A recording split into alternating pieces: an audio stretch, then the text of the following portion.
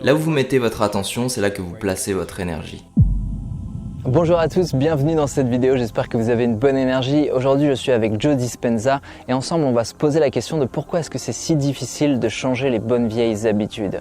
On va voir que finalement c'est peut-être en agissant sur le corps qu'on va pouvoir faire quelque chose et ensemble on va parler un petit peu d'activité cérébrale. Je vous ai prévu une petite parenthèse neuroscientifique très simple pour que tout le monde puisse comprendre et enfin on parlera de cohérence. Je vous laisse visionner le début de cette vidéo et nous on se retrouve dans quelques instants pour plus de précision. Faire attention, c'est être présent. Et c'est une compétence comme le golf ou le tennis. Plus vous pratiquez, plus vous serez bon. Dans la vie, vous reconnaissez lorsqu'une personne est présente avec vous, parce que cette personne vous donne de l'attention. Et vous savez lorsqu'une personne n'est pas présente avec vous, puisqu'elle ne vous accorde pas cette attention. Alors quelle est la pertinence de ce propos? Il y a une intelligence qui vous fait vivre et qui est toujours présente. Et beaucoup de gens ne prennent pas le temps de se relier à elle, en y étant présent. Là où vous mettez votre attention, c'est là que vous placez votre énergie.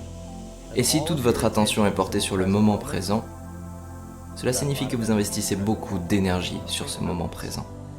Lorsque je parle d'être présent, je parle de faire glisser votre attention vers l'inépuisable moment présent. En accord avec le modèle d'expression de la réalité, tous les potentiels existent dans cet éternel moment présent. Lorsqu'on pratique la méditation et qu'on est clairement dans le moment présent, eh bien on peut atteindre à certains moments des ressentis qui vont nous permettre d'avoir une sensation d'unité avec le reste du monde, comme si tout était effectivement un. Et on peut avoir de manière clairement expérientielle, sous la forme d'un ressenti dans le corps, cette sensation très forte que tout est un et que tout est déjà présent. Et dans ce moment présent, on peut saisir ce qu'est notre plein potentiel puisqu'on apprend progressivement à observer notre réalité présente comme quelque chose riche de possibilités et non comme quelque chose de prédictible par rapport à l'expérience qu'on a de notre propre passé.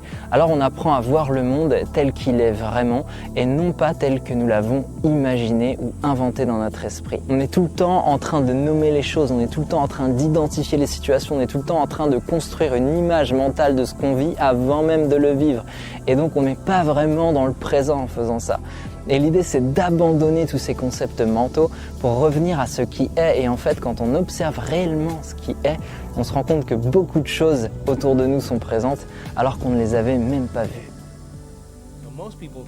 Regardez la plupart des gens, ils se réveillent le matin, ils reviennent à leurs sensations, leur cerveau se réactualise avec le passé. C'est matériel en fait. C'est un circuit constitué de ce que vous avez appris de toutes vos expériences jusqu'à maintenant. Lorsque les gens se lèvent le matin, ils pensent à leurs problèmes, que ces problèmes sont liés à certaines personnes, certaines choses, certains moments, à certains lieux. Dès l'instant où ils commencent à se projeter ainsi, ils activent les circuits du passé qui contiennent tous ces souvenirs. Tous ces souvenirs sont connectés à des émotions, parce que les émotions sont les produits finis des expériences passées. Alors ces problèmes sont imprégnés d'un sentiment de dégoût, de frustration, de colère, de jugement, de haine. Et comme l'état de vos pensées et de vos ressentis produisent l'état dans lequel vous êtes, que les pensées sont le langage du cerveau et que les ressentis sont le langage du corps, l'entièreté de l'état de conscience de ces personnes est un passé familier. Et lorsque vous êtes dans un passé familier, vous créez un futur prédictible. Alors que se passe-t-il ensuite ? Ils reviennent à leur sens, ils s'assoient, consultent leur téléphone, ils vont sur WhatsApp, ils vont sur Twitter, sur Facebook, ils prennent une photo de leurs pieds, la postent sur Facebook, ils tweetent quelque chose, ils vont lire un mail, puis un autre, ils écoutent les infos. Et maintenant leur cerveau est relié à tout ce qu'ils connaissent déjà de leur existence. Ils se lèvent et reproduisent une série d'habitudes. Ils vont aux toilettes, puis dans la cuisine, ils prennent une tasse de café ou une tasse de thé, ils vont dans la douche, se lavent de la même manière, mettent les mêmes vêtements, ils se promènent dans la cuisine, mangent leurs céréales avec la même cuillère, en regardant dans la même direction, ils conduisent jusqu'au travail en empruntant le même chemin, ils font les mêmes choses et voient les mêmes personnes. Ce qui active les mêmes boutons émotionnels, et ils font ça chaque jour. Alors il est normal que le corps soit programmé vers un futur prédictible. Basé sur ce qu'ils ont fait dans le passé, ils ont remplacé leur libre arbitre par un programme. Alors si vous ne vous levez pas le matin en étant défini par une vision pour votre futur, alors toute votre vie sera prévisible et vous resterez derrière vos vieux souvenirs passés. Comme je l'ai dit, plus l'émotion liée au problème que vous avez avec une personne est forte, plus vous allez porter votre attention dessus. Et là où vous mettez votre attention, c'est là où vous mettez votre énergie. Toute votre énergie et votre attention est en train de partir en direction de ces différentes personnes, de ces différents problèmes et de ces différents lieux. Et maintenant, tous ces gens et tous ces problèmes ont leurs chemins neuronaux dans votre cerveau. ce qui stimule la chimie du stress. Et à chaque fois que vous basculez votre attention d'une personne à un problème, vous activez les mêmes circuits. Et si on mesure un cerveau qui fonctionne comme ça donne quelque chose de très incohérent. Et lorsque le cerveau est incohérent, vous êtes incohérent. Alors pour bien comprendre l'idée de l'incohérence, ce que je vous propose, c'est de nous attarder un petit peu sur ce que c'est que la cohérence. Et lorsqu'on parle de cohérence, on ne parle pas nécessairement du cerveau au commencement, on parle davantage du cœur. Et souvent, on évoque l'idée de la cohérence cardiaque. Quand on parle de cohérence cardiaque, on parle d'une courbe qui met en évidence 3 fonctions biologiques du corps. La première, c'est évidemment la fréquence cardiaque. La deuxième, c'est la fréquence respiratoire. Et on va voir que le souffle a toute son importance. Et la troisième, c'est la pression artérielle. Pour faire simple, une courbe cohérente est une courbe sinueuse et harmonieuse. Et une courbe incohérente est une courbe qui est plutôt chaotique et irrégulière. Ce qui devient très intéressant, c'est le lien entre la cohérence cardiaque et l'activité cérébrale. Lorsqu'on s'attarde sur le cerveau, on s'attarde en général sur son activité. Et son activité, elle correspond à des fréquences qu'on appelle les ondes cérébrales, qui sont en fait des retranscriptions, des interprétations via l'électroencéphalogramme de l'activité des neurones dans le cerveau. Et ça nous donne 5 types d'ondes. La première, c'est les ondes gamma, qui sont des ondes très courtes. Elles sont associées au focus. La deuxième, c'est bêta, ça correspond à l'état normal de l'éveil. Ensuite, on a alpha qui correspond à l'état de détente, relaxation. Ensuite, on descend encore dans les ondes et là on arrive dans theta, theta qui correspond à la méditation. Ça nous intéresse particulièrement nous sur la chaîne. Et enfin, on a la dernière onde qui est l'onde delta qui correspond au sommeil profond. Gamma focus, bêta éveil, alpha détente, theta méditation, delta sommeil profond. Maintenant, si on revient sur l'idée de la cohérence et particulièrement de l'incohérence, une personne qui va avoir des idées noires, des émotions douloureuses, des ruminations, va très souvent avoir une incohérence entre sa respiration, le rythme de ses pulsations cardiaques et sa pression artérielle, ce qui a pour effet de maintenir l'activité cérébrale dans des fréquences plutôt hautes et donc elle ne va pas pouvoir retrouver les fréquences basses et les fréquences très basses facilement, ce qui empêche une bonne régénération. Et donc ce qu'il faut comprendre, c'est que par le souffle, on a la possibilité de retrouver un état de cohérence et ensuite par la présence, on a la possibilité d'entraîner notre esprit à revenir vers des états de clarté et des états de calme. Et finalement, agir sur le corps, c'est agir sur notre cohérence. Agir sur notre cohérence, c'est agir sur notre souffle qui correspond à agir sur notre esprit. C'est en réussissant petit à petit à revenir au moment présent, à ramener notre attention sur la fonction végétative que l'on peut contrôler, la plus essentielle qu'est le souffle, et à faire ça de manière fluide, en respectant une certaine idée de la cohérence, que petit à petit on va pouvoir retrouver un état de clarté.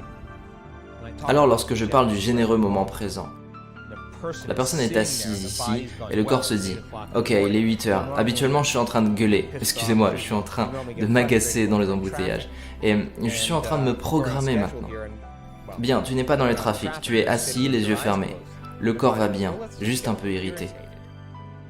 Et vous faites en sorte que la personne qui vit ça soit réellement attentive à ce qu'elle vit. Ce sentiment d'irritation est une pulsion du corps liée à cette émotion addictive. Alors il faut ramener le corps vers le moment présent pour retrouver de nouvelles possibilités. À chaque fois que vous faites ça, vous reconditionnez votre corps vers un nouvel état d'esprit et vous supprimez l'ancien. Vous êtes aux commandes et maintenant votre volonté sera meilleure que la programmation. Alors le corps se dira, bien, il est 11h. Normalement, tu consultes tes mails, juge toutes les personnes qui t'envoient un email. Et maintenant, vous êtes assis, le corps observe, le juge. Et soudainement, vous avez une image de votre ex, ou de votre collègue, ou autre. Puis vous réalisez que vos émotions sont liées à eux.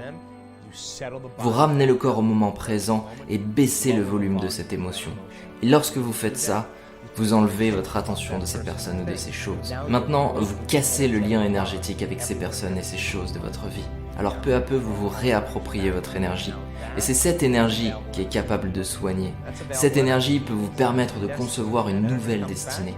Mais lorsque cette énergie vous revient, elle est chaotique. Alors vous devez vivre une perturbation interne et continuer de travailler avec le corps.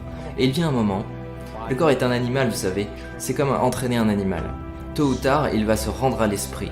Et lorsque cela arrive, il y a une libération d'énergie. Et la personne qui vit ça ne veut plus penser à son futur prévisible, et le passé familier ne se réveille plus. Ils ne veulent pas aller dans la salle de bain ou manger quoi que ce soit, ils sont si bien dans le moment présent. Ils se sont libérés eux-mêmes de leurs chaînes et de leurs pensées limitantes. Et l'effet secondaire de ça s'appelle la joie. La joie est l'absence de ces habitudes et de ces émotions conditionnées.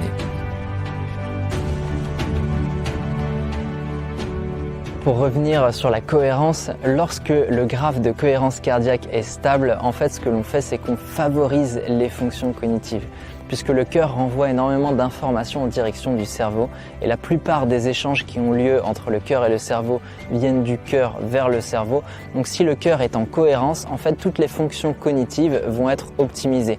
C'est pour ça que l'on parle d'état de présence dans l'immobilité qui parfois entraîne le cerveau jusqu'à des fréquences d'ondes gamma de super focus. On a observé chez des moines qui étaient très concentrés dans un état de awareness ou de mindfulness qu'ils avaient une aptitude à avoir une pleine ouverture, comme une sorte de ultra concentration sur toutes les choses qui sont autour d'eux. Tous les hémisphères du cerveau semblent être en parfaite cohérence. Une harmonie cérébrale très impressionnante est observable à ce moment-là et c'est ce qu'on appelle l'état de présence. Donc l'idée c'est de comprendre que quelqu'un de cohérent arrive à rentrer dans un état de présence et qu'en rentrant dans un état de présence, on arrive à débloquer un plein potentiel parce qu'on arrive à débloquer une nouvelle vision du présent, une vision qui n'est pas limitée à nos concepts, à notre façon d'interpréter le monde, mais plutôt à notre façon d'être présent au monde. J'espère que dans cette vidéo vous avez compris des choses. J'ai essayé d'aller un petit peu plus en détail que d'habitude. Je pense qu'il y a beaucoup de vidéos qui abordent le sujet mais c'est pas forcément toujours clair. Moi j'ai essayé de partager avec vous quelque chose d'un peu plus juste. J'espère que j'ai réussi à le faire.